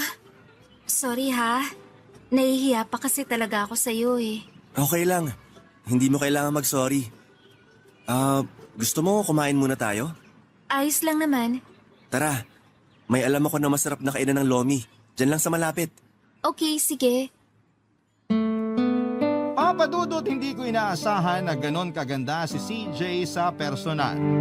Maliit lang siyang babae, pitit, maputi, chinita at makintab ang hanggang balikat niyang buhok. Para siyang artistahin talaga sa paningin ko sa sobrang ganda niya. Hindi pa rin kasi uso noon ang pagpapadala ng picture sa website kung saan ko siya unang nakachat. At dahil hindi rin ganon ka-high-tech ang cellphone na gamit namin ay wala ring option para makita namin ang itsura ng isa't isa bago ang aming first date. Yun talaga ang nakaka-excite at nakakakaba na parte. Yung wala kaming ideya sa 100% na itsura ng bawat isa. Medyo nanibago nga rin ako noon sa kanya kasi kapag magka-text kami, makulit at makwento talaga si CJ. Marami siyang kwento na tungkol sa araw-araw na pangyayari sa buhay niya. Pero sa personal ay mahiyain pala talaga siya. Pero ganun pa man ay nag-enjoy pa rin ako sa date naming dalawa. Bunso nga pala ako sa 3 magkakapatid at sa totoo lang, hindi kami close ng mga kapatid ko kasi malayo ang agwat ng edad ko sa kanilang dalawa. Magkadikit lang halos ang edad ng panganay na si kuya sa ate ko. Samantalang ako ay halos 10 taon na mas bata kesa kay ate. Ang alam ko nga ay wala ng plano sina mommy at daddy na magkaroon ng anak noon. Kumbaga'y pahabol na lang talaga ako kaya malayo ang naging agwat ng edad ko sa mga kapatid ko. Silang dalawa lang talaga ang close at palagi akong walang kausap sa bahay namin. Pareho nagtatrabaho sina mommy at daddy sa isang private company at pareho rin silang madalas na wala sa bahay. Lumaki ako noon na ang yaya ko lamang ang madalas na nag-aasikaso sa akin. Wala akong kausap o kabanding sa loob ng bahay namin at saka pakiramdam ko noon ay wala ring halos pakialam ang mga magulang ko sa akin. Wala naman akong sama ng loob sa kanila, sadyang yun lang talaga ang pakiramdam ko. Kasi hindi man lang nila chinecheck ang mga grade ko sa school. Kapag nanghihingi ako ng extra allowance na sinasabi ko na para sa project ko, binibigay kaagad nila sa akin kahit ang totoo ay pang-bisyo ko lamang yon. At nagagawa ko talaga lahat ng gusto ko noon. Yun din siguro ang dahilan kung bakit minahal ko ng sobra ang virtual girlfriend ko na si CJ kasi siya lang ang madalas na nakakausap ko sa text, Papa Dudut.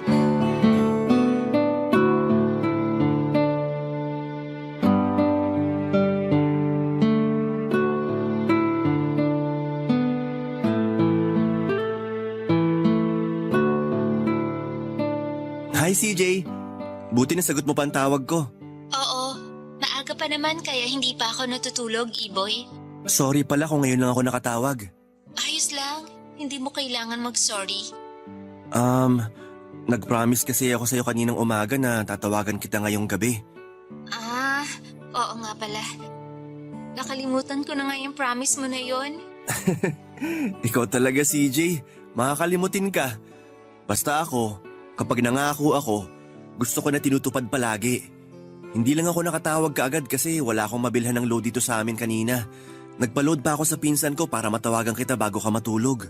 Sabi ko naman sa'yo, mas okay sa akin na sa text na lang tayo mag-usap, Iboy.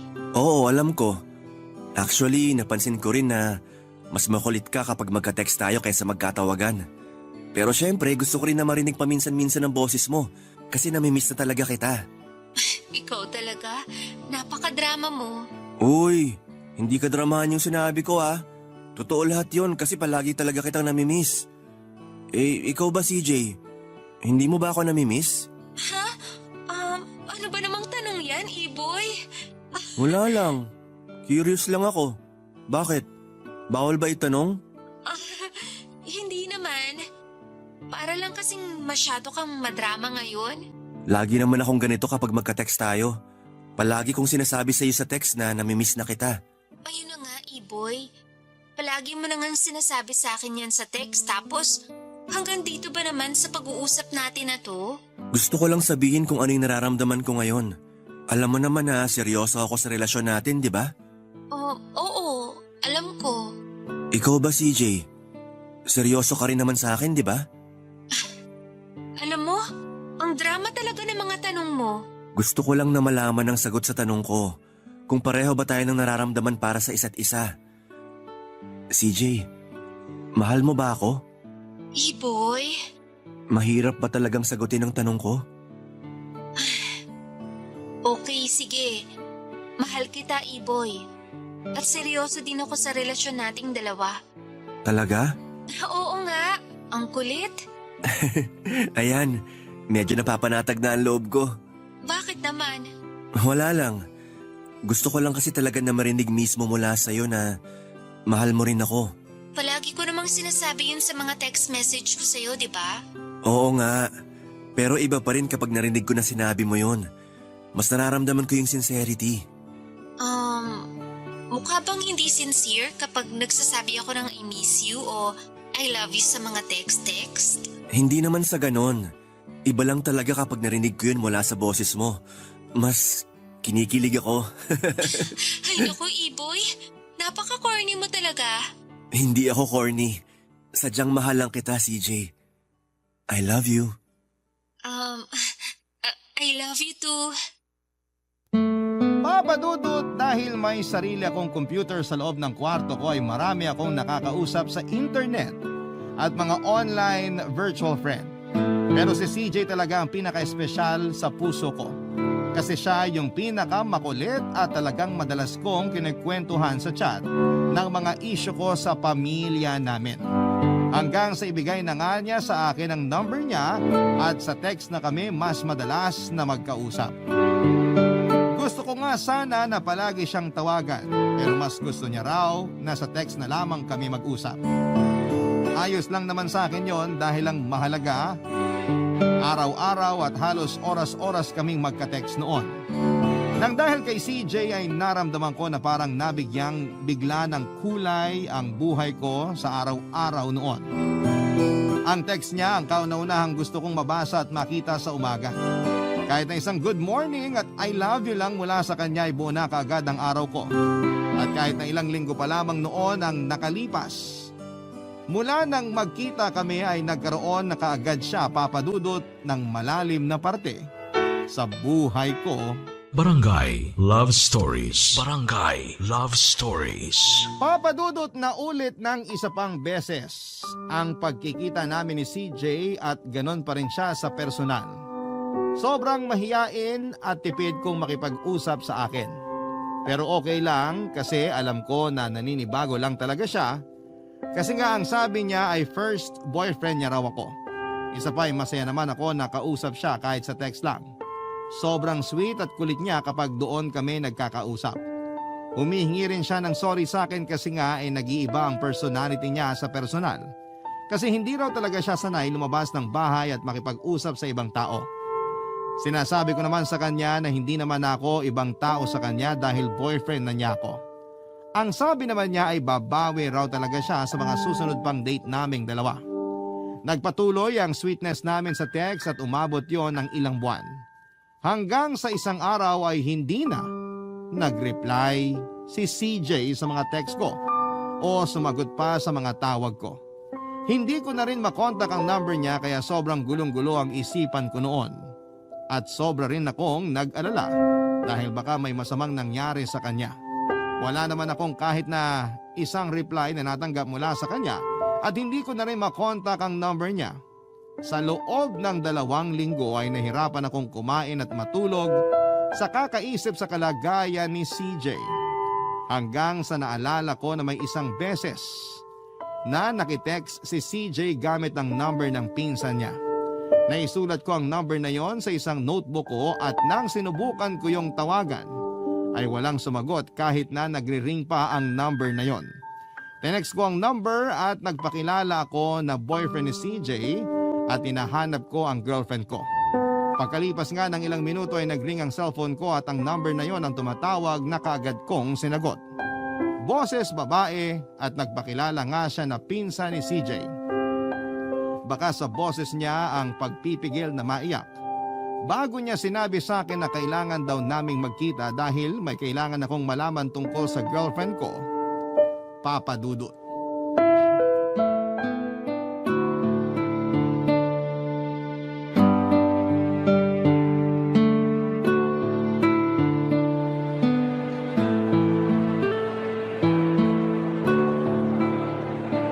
tagal naman ng pinsan ni CJ. Nasaan na ba yun? Wala akong makitang babae na nakasuot ng polka dots na blouse at may blue na headband. Hindi na rin siya nagre-reply sa mga text ko. Sana kasama niya si CJ para makapag-usap na rin kaming dalawa.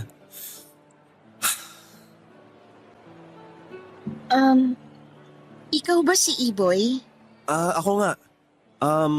Naka-polka dots ka na blouse at may blue na headband. Ikaw bang pinsan ni CJ? Oo, ako si Dana. Sorry, hindi na ako naka-text kasi na-deadbat yung cellphone ko. Buti na lang natandaan ko yung huling text mo na naka-gray ka na t-shirt at black na cap. Okay lang, Dana. Hindi mo ba kasama si CJ? Hindi eh. Hindi ko siya kasama. Ganun ba? Upo ka muna. Salamat. Medyo naligaw din ako kakahanap dito sa food court kasi first time ko dito sa mall na to. Sabi ko naman sa'yo, ako na lang ang pupunta dun sa malapit na mall sa inyo eh. May nabanggit kasi si CJ sa akin sa text noon na may mall daw na halos 10 minutes lang ang layo mula sa bahay nyo. Pwede naman akong bumiyahe papuntang Valenzuela para hindi ka na nahirapan na pumunta dito sa Cavite. Ayos lang kasi sanay naman ako maligaw. Tsaka hindi naman ako nahirapan sa biyahe kasi sumabay ako sa tita ko na may kailangang puntahan dito sa Cavite. Saan siya dito sa Cavite pumunta? Sa Imus, kaya binaba niya ako malapit dito sa mall bago siya dumiretso sa pupuntahan niya. Okay. Buti may nasabayan ka pala papunta dito. Oo nga, kasi medyo traffic din kanina, tsaka ang init dyan sa labas. Hindi naman summer pero ang taas ng sikat ng araw. Pakiramdam ko tuloy, lalong mangingitim ang balat ko kapag nagtagal ako maglakad dyan sa labas. Hindi ka naman masyadong maitim. Nako, kailangan mo na yata magsalamin ng mata, Iboy. Maayos pa naman ang grado ng mga mata ko. Mabuti naman kung ganun. Akala ko malabo na rin ang paningin mo eh. Dana, ano pala yung gusto mong sabihin tungkol kay CJ? Ha? Bakit hindi mo siya kasama ngayon? Galit ba siya sa akin? May nagawa ba akong mali sa kanya? Meron ba siyang hindi nagustuhan sa akin? Alam mo, sa totoo lang, handa naman ako mag-adjust basta para sa kanya. Kung ano yung hindi niya nagustuhan sa ugali ko, handa akong baguhin yun para lang kausapin niya ako ulit. Gagawin ko ang lahat para... Wala na si CJ, Iboy. Anong ibig mong sabihin?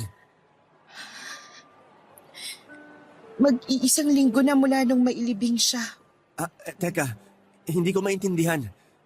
Paano wala na siya? Tsaka, anong libing ang sinasabi mo? May sakit sa puso si CJ. At ayaw niyang ipaalam yun sa'yo. Sobrang close talaga kami kaya alam ko ang lahat ng tungkol sa'yo. Sinabi niya sa akin na ililihim niya raw sa'yo ang tungkol sa sakit niya. Bakit niya ginawa yun? Kasi ayaw niya na mas maawa ka sa kanya kaysa mahalin mo siya. Pero maniwala ka sa akin, Iboy. Minahal ka ni CJ, minahal ka ng pinsan ko. Mula ng unang beses na magka-chat, magka-text, magkatawagan at magkita kayong dalawa, treasure niya mga alaala niyang yun. Kasi ang sabi niya, gusto niya ikaw ang huling lalaki na mamahalin niya. Hanggang sa... Hindi na siya nagising kasi inatake siya sa puso habang natutulog. Napakadaya naman ni CJ. Bakit hindi niya sinabi sa akin ang tungkol sa sakit niya? Kasi natakot siya na kaawaan mo lang siya. Natakot siya na baka hindi mo matanggap na may malubha siyang sakit. Mahal ko si CJ. Kaya tatanggapin ko lahat ng tungkol sa kanya. Tatanggapin ko siya kahit ano pa mang sakit ang meron siya. Pero bakit ganon?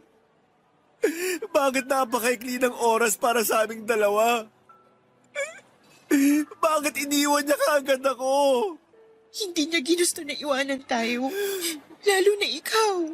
Kasi sobrang minahal ka ng pinsan ko. Ikaw lang ang una at huling lalaki na minahal ni CJ, Iboy. Mga padudot, hindi ako makapaniwala sa sinabi sa akin ng pinsan ni CJ na si Dana na wala na ang pinakamamahal kong babae. Parang napakabilis ng lahat ng pangyayari noon. Ilang buwan lang kaming magka-text tapos 2 beses lang kaming nagkita pero grabe na talaga ang impact niya sa buhay ko. Para bang ilang taon na ang relasyon naming dalawa dahil sa lalim ng pagmamahal ko para sa kanya. Kaya nga hindi ko na talaga napigilan ang sarili ko na maiyak noon.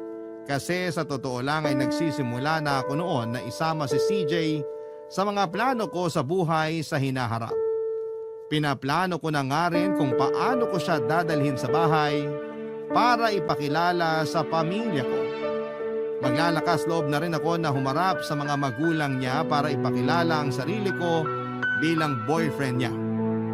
At magpapakatino na ako para maging maayos ang sarili ko at maipagmalaki ako ni CJ sa ibang tao. Napakarami ko ng plano sa relasyon naming dalawa, Papa Dudut.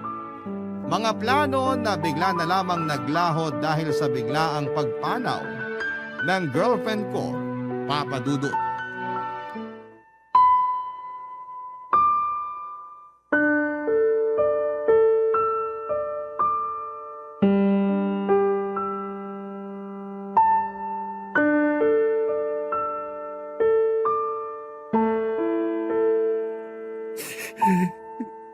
Namimiss na kita, CJ. Namimiss ko na mga text mo sa akin. Pati na ang boses mo. Miss na kita. Bakit kasi iniwan mo ako kaagad? Bakit nawala ka kaagad? Napakadaya mo talaga. Ang daya-daya mo. Matatanggap ko naman kahit ano pang sakit mo eh. Sana hinayaan mo na lang ako. Nadamayan at samahan ka. Sana sinabi mo sa akin ang totoo. Sana masinulit ko pa ang bawat oras na magkasama tayong dalawa. Mahal kita, CJ. Marami pa tayong planong gawin, di ba? Paano na yung mga pangarap natin? Paano na ako ngayong wala ka na?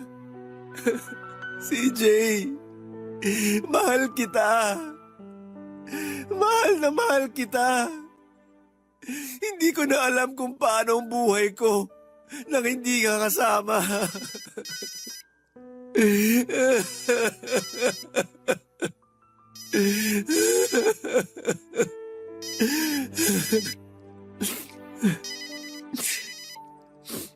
Sino ba tong tumatawag na to kanina pa?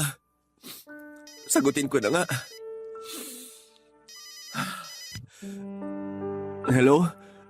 Sino to? Iboy, si Dana to. Dana? Oo, yung pinsan ni CJ. Yung kamit mo nung isang araw sa mall. Dana. Oo, naalala na kita. Sorry, hindi ko pala na-save ang number mo. Ayos lang. Pasensya na rin kung tawag ako ng tawag ah. Sa totoo lang, nag-aalala kasi ako sa'yo eh. Kumusta ka na ba, Iboy? Okay lang naman ako. Wala kang dapat na ipag-alala sa akin. Talaga? Oo. Bakit sa boses mo ngayon parang kagagaling mo lang sa pag-iyak? Hindi ah. May ano lang. May sipon lang ako kaya ganito ang boses ko. Iboy, wag ka nang magsinungaling sa akin. Alam ko naman na kakagaling mo lang talaga sa pag-iyak. Pwede mong sabihin sa akin ng totoo kasi alam kong lahat tungkol sa relasyon niyo ng pinsan ko. Sorry, Dana. Hindi lang talaga ako sanay nang nagkakwento sa ibang tao ng tungkol sa bigat na nararamdaman ko. Okay lang. Isipin mo na lang na hindi ako ibang tao sa'yo. At dahil alam ko ng tungkol sa relasyon niyo ni CJ, hindi mo na kailangan na mahiya o mailang sa akin. Alam ko rin kasi na hindi madali para sa'yo ang pagkawala ng pinsan ko. Kagaya mo, ilang araw din talaga akong umiyak ng umiyak. Sobrang close kasi kaming dalawa ni CJ eh. Magkatabi lang ang bahay namin kaya halos araw-araw talaga kaming nagkikita. At mula nang mawala siya, pakiramdam ko, hindi lang pinsan ang nawala sa akin, kundi isang kapatid. Kapatid na mahal ko. Sorry. Bakit ka ba nagsasorry? Kasi naging insensitive ako. Tama ka na hindi lang naman ako nasasaktan sa mga oras na to. Pati ikaw, Dana. Mas mabigat sa'yo ang pagkawala ni CJ kasi mas mahabang pinagsamahan yung dalawa. Samantalang kami, ilang buwan pa lang naman kami nagkakausap. Wala naman yan sa tagal ng relasyon ni Iboy. Kahit gaano kaikli ang panahon ng pinagsamahan niyo, kung malalim naman ang naging pagmamahal niyo, malalim din ang sakit na mararamdaman mo sa oras na mawala siya. Kaya naniniwala ako na parehas lang tayo ng level ng sakit na nararamdaman ngayon. Parehas tayong nasasaktan at nagluluksa sa pagkawala ni CJ. Ano man ang nararamdaman mo ngayon, naiintindihan ko lahat yan. Naiintindihan kita. Alam ko na walang ibang makakaintindi sa atin kundi tayong dalawa lang din. Papa Dudut, pagkatapos ipaalam sa akin noon ni Danang tungkol sa pagkamatay ni CJ ay halos hindi na talaga ako nakakakain at nakakatulog ng maayos. Lalo na mga sumunod pang mga araw. Ilang araw nga rin akong hindi nakapasok sa school noon at wala akong ibang ginawa kung hindi ang magkulong sa kwarto ko. Siyempre walang pakialam ang mga magulang ko at mga kapatid ko sa akin kaya hindi man lang talaga nila ako tinanong o kinukumusta. Kahit pa nga hindi ako sumasabay sa pagkain sa kanila sa hapunan ay okay lang dahil ang akala nila ay madalas na nasa galaan lamang ako kahit ang totoo ay nagkukulong lamang ako sa kwarto. Si Yaya naman noon kapag tinatanong kung ayos lang ba ako ay syempre palagi kong sinasabi na ayos lamang ako. Kahit kailan ay hindi ko sinabi sa kanila ang totoong nararamdaman ko. Kasi wala namang taong umaamin na hindi sila okay, hindi ba? Lalo na kapag alam nila na wala ring pakialam yung mga nagtatanong sa kanila. Kaya nung una talaga ay pinipilit kong kimkimin at suluhin yung sakit na nararamdaman ko. Hindi pala talaga madali ang mawala ng minamahal sa buhay. Lalo na kapag nag-uumpisa ka pa lamang na paikutin ang mundo mo sa kanya, Papa Dudut. Barangay Love Stories. Barangay Love Stories. Papa Dudut, malaki ang pasasalamat ko noon kay Dana. Hindi lang dahil sa mga sinabi niya sa akin, kung hindi siya ang palaging nandun para makinig sa akin at damayan ako. Nung una nga ay nahirapan din talaga ako na mag-open sa kanya ng totoong nararamdaman ko dahil sa pagkawala ng pinsan niya. Siyempre kasi lalaki ako at ayaw kong makita ng ibang tao ang kahinaan ko. Kaya pilit ko ring tinatago sa kanya ang lahat pero mabait kasi talaga si Dana at magaan siyang kausap. Magaan ang loob ko sa kanya kaya nagagawa kong sabihin sa kanya ang lahat ng bigat na nararamdaman ko. Si Dana ang nakatulong sa akin para unti-unti ako makapag-move on nang dahil sa pagkawala ng girlfriend kong si CJ. Madalas ko siyang katawagan na talaga namang napakagaling niyang magbigay ng payo at magpagaan ng kalooban ko. Halos araw-araw na kaming magkausap at masasabi kong nang dahil kay Dana, bumalik na ang dating sigla ko. Hanggang sa hindi ko na malayang natagpuan ko na lamang ang sarili ko na mahal ko na si Dana. Hindi rin nagtagal noon at naging girlfriend ko na rin ang pinsan ng namatay kong girlfriend, Papa Dudut.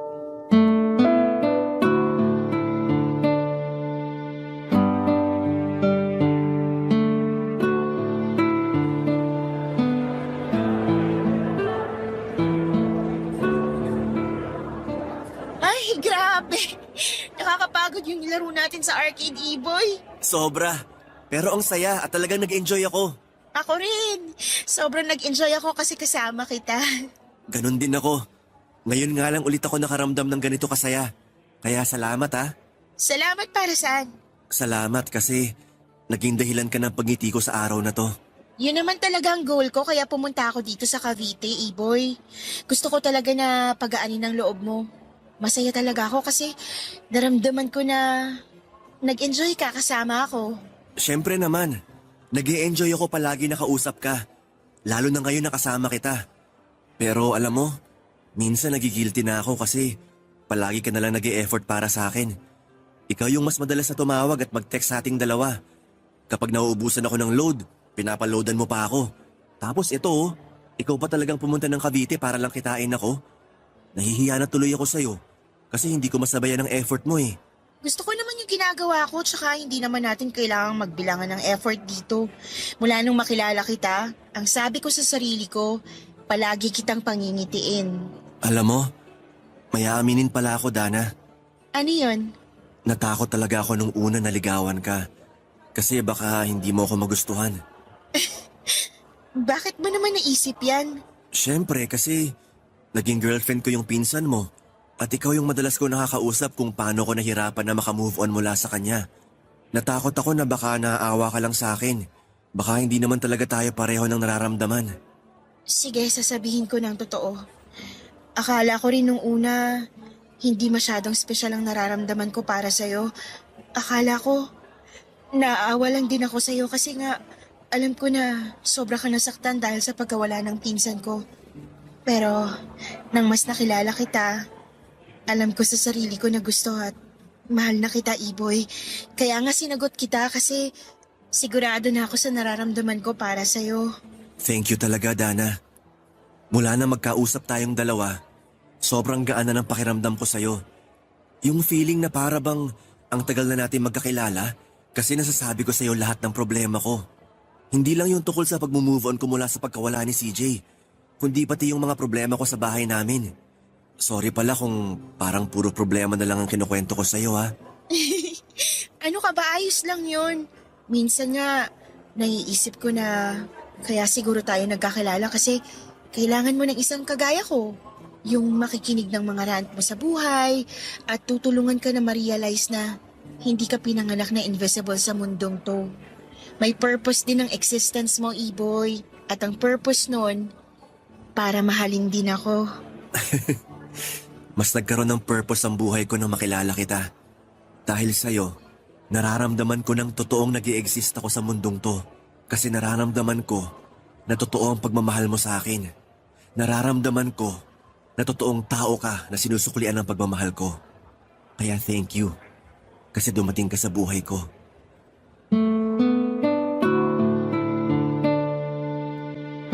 Papadudod sa totoo lang ay medyo malayo ang itsura ni Dana kay CJ. Kung si CJ ay artistahin ng muka, kabaligtaran noon si Dana. Maliit lang din naman si Dana pero kayumanggi ang kulay ng balat niya, bilugan ang mga mata, chubby at sungki ang mga ngipin. Hindi ko nga naisip noon na magkakagusto ako sa kanya, kaya masasabi ko na literal na na-inlove ako sa personality niya. Sobrang gaan niya kasing kausap palagi at sobrang saya niyang kasama. Kapag magkasama kami, para bang wala na akong ibang iniisip noon. Kung hindi sana'y wala na ang katapusan ng oras na magkasama kami ni Dana. Palagi kasing mataas ang energy ni Dana at hindi siya nauubusan ng mga jokes o kwento. Sa aming dalawa ay siya talaga ang mas makulit at mas madaldal. Ako yung lagi niyang pinapatawa at ang nakakatuwa sa kanya ay mahilig siyang magbigay ng maliliit na regalo kagaya ng keychain, mini pillow, cookies at kung ano-ano pa na sobrang na-appreciate ko. Na-appreciate ko lahat ng effort na ginagawa niya para mapasaya ako sa bawat oras na magkasama kami. Maikling panahon pa lang yun pero pakiramdam ko ay matagal na kaming magkakilala. Kaya naman naisipan ko na sorpresahin siya sa second monthsary namin.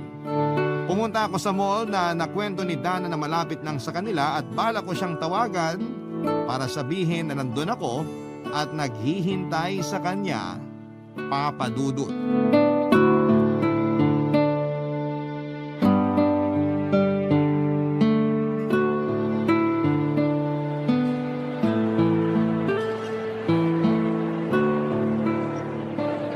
Ang laki pala nitong mall na sinasabi ni Dana na malapit lang sa bahay nila.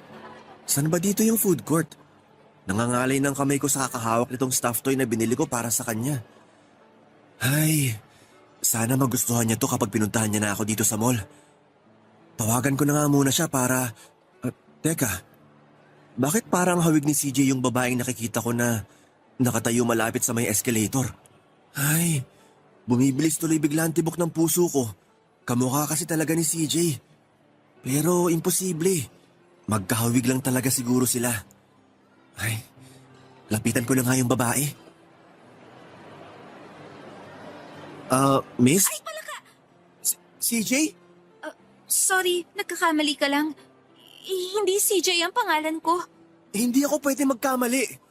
Alam ko na ikaw si CJ. Pero, paano nangyari to? Paano nangyari na buhay ka? Sinabi ko naman na hindi CJ ang pangalan ko. Baka kamukha ko lang ang tinutukoy mo, pero hindi talaga ako CJ, yung... sorry, medyo natagalan ako. Ang haba kasi ng pila sa... Iboy? Anong ginagawa mo dito? Hindi ba dapat na ako magtanong sa inyo ngayon? Bakit magkasama kayong dalawa? Bakit kasama mo si CJ na sinabi mo sa akin na patay na? Iboy, sorry. Hindi ko intensyon na lokohin ka. Hindi mo intensyon na lokohin ako? Pero sinabi mo sa akin na patay na si CJ? Napatay na ang girlfriend ko kahit buhay na buhay pa siya? Hindi talaga ako ang girlfriend mo, Iboy. Ano? Anong sabi mo, CJ? Hindi ako ang girlfriend mo. Si Dana yon. Paano hindi ikaw? Ikaw, CJ, yung babaeng nakilala ko sa internet. Ikaw ang palagi kong kachat nung una, hanggang sa maging textmate na tayong dalawa. At ikaw rin na nakadate ko noon sa Tagaytay, at sa mall na malapit sa amin. Ako yung nakipag-meet sa'yo at sumasagot kapag tumatawag ka minsan. Pero hindi talaga ako yung kausap mo palagi sa text at chat. Dana, sabihin mo na kay Iboy yung totoo. Iboy, sorry. Totoo lahat ng sinabi ni CJ. Nung una, hindi niya alam na CJ ang binigay kong pangalan sa'yo nung magka-chat at magka-text pa lang tayo hanggang sa sinabi ko na sa kanyang totoo. At nang makiusap ako sa kanya na siyang makipag-meet sa'yo, ayaw niya rin sana pero nakiusap ako ng paulit-ulit hanggang sa pumayag na rin siya. At kapag tumatawag ka, napipilitan lang din si CJ na kausapin ka para lang hindi mo mahalata na magkaibang taong na-meet at nakaka-text mo. Kaya pala palagi siya nagmamadali na tapusin ang pag-uusap namin kapag magkatawagan kami. Kasi hindi niya naman talaga gusto na kausap ako. Paano niyo nagawa sa akin to, Dana? Bakit niyo ako niloko? Ano bang kasalanan ko sa inyong dalawa? Para ganituhin niyo ako? Wala kang kasalanan. At saka, hindi ko naman gustong lokohin ka. Sadyang natakot lang talaga ako. Natakot ka saan? Natakot ako na baka hindi mo ko matanggap kasi hindi naman talaga ako kasing ganda ng pinsan kong si CJ. Alam ko kung gaano kalaki ang pagkakaiba ng itsura namin mula sa isa't isa. Alam ko na hindi ako maganda, Iboy. Pero alam mo rin na minahal kita. Kahit ano pa man ang itsura mo, Dana. Ginawa ko ang lahat para maipakita at maiparamdam yun sa'yo. Nagpupuyat ako gabi-gabi para lang makausap at makatext ka. Nakikinig ako sa lahat ng mga kwento mo kahit pagod ako mula sa paglalaro ng basketball o pagre-review. Tapos ito, may dala pa akong regalo para sa'yo. Balak na sana kitang tawagan para kitain mo ako dito sa mall na malapit sa bahay niyo ni CJ. Dahil gusto kong isurprise ka sa second monthsary natin. Pero ako pala ang mas masusurprise dito.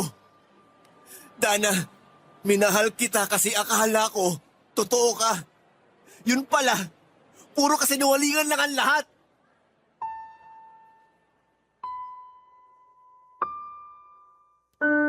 Papa Dudut, hindi ako makapaniwala noon nang makita ko si CJ.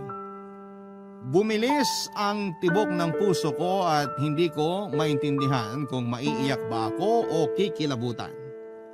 Kahit na 2 beses ko pa lamang na nakita at nakasama si CJ ay sigurado na kaagad ako na siya yung nakita ko sa mall. Kaya nga hindi ko na napigilan ang sarili ko na lapitan at tanungin siya noon para lang mapatunayan ko na hindi ako nananaginip ng mga oras na yon. At nang malapitan ko nga siya, nagpigil na talaga ako ng mga luha noon. Kaya nga lang papadudot kaagad na nawala ang kirot na nararamdaman ko sa dibdib ko sa biglang paglapit ni Dana. Ang babaeng tunay na pakay ko para sorpresahin ang araw na yon. Yung babaeng naging tulay para tuluyan ko na sanang makalimutan noon si CJ na inakala kong patay na. Hindi talaga ako makapaniwala sa mga nalaman ko noon. Biglang ang dami kong bagay na naalala at na-realize ng mga oras na yon. Kaya pala iba ang personality ni CJ na nakaka-chat at text ko sa CJ na nakakasama ko noon sa mall at nakakausap minsan kapag tumatawag ako. dahil hindi talaga si CJ ang nakaka-text at ka-chat ko. Kaya rin pakiramdam ko ay parang matagal ko nang kilala si Dana dahil siya talagang nakakausap ko noong umpisa pa lamang.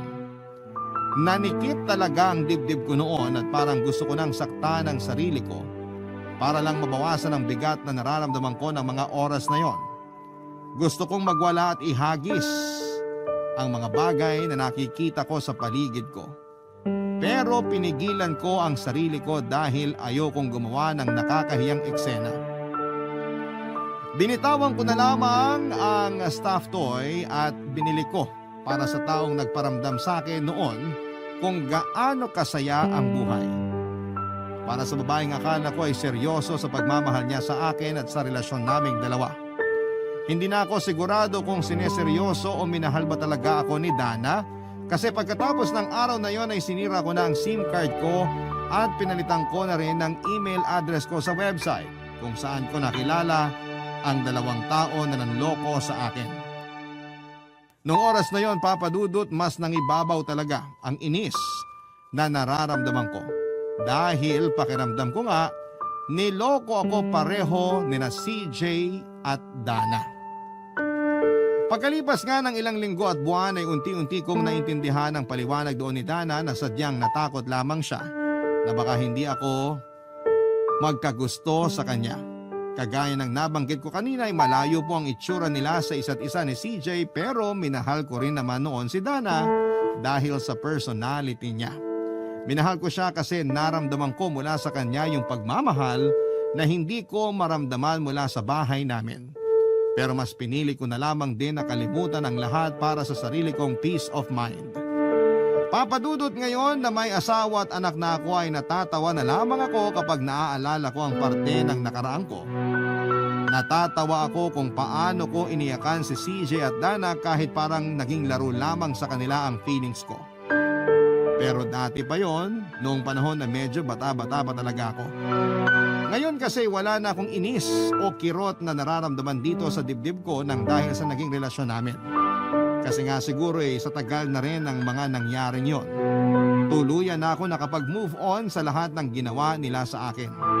Wala na rin akong naging balita pa kina CJ at Dana pero sigurado ako na sa oras na marinig nilang i-ere itong sulat ko ngayong tanghali ay maaalala nila ang kwento naming tatlo kung saan ko sila nakilala.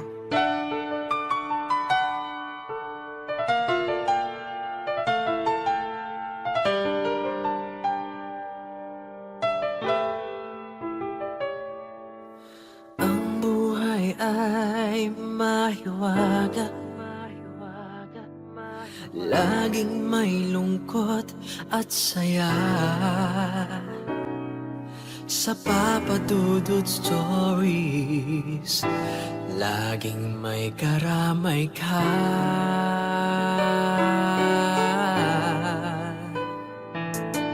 Mga problemang kaibigan,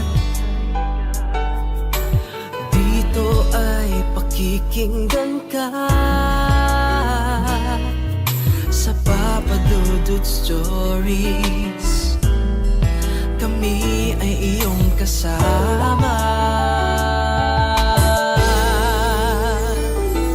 Dito sa Papa Dudut Stories, ikaw ay hindi nag-iisa.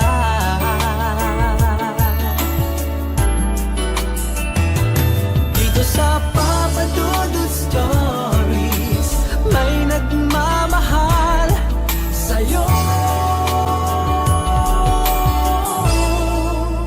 Papa Dudut Stories, Papa Dudut Stories, Papa Dudut Stories.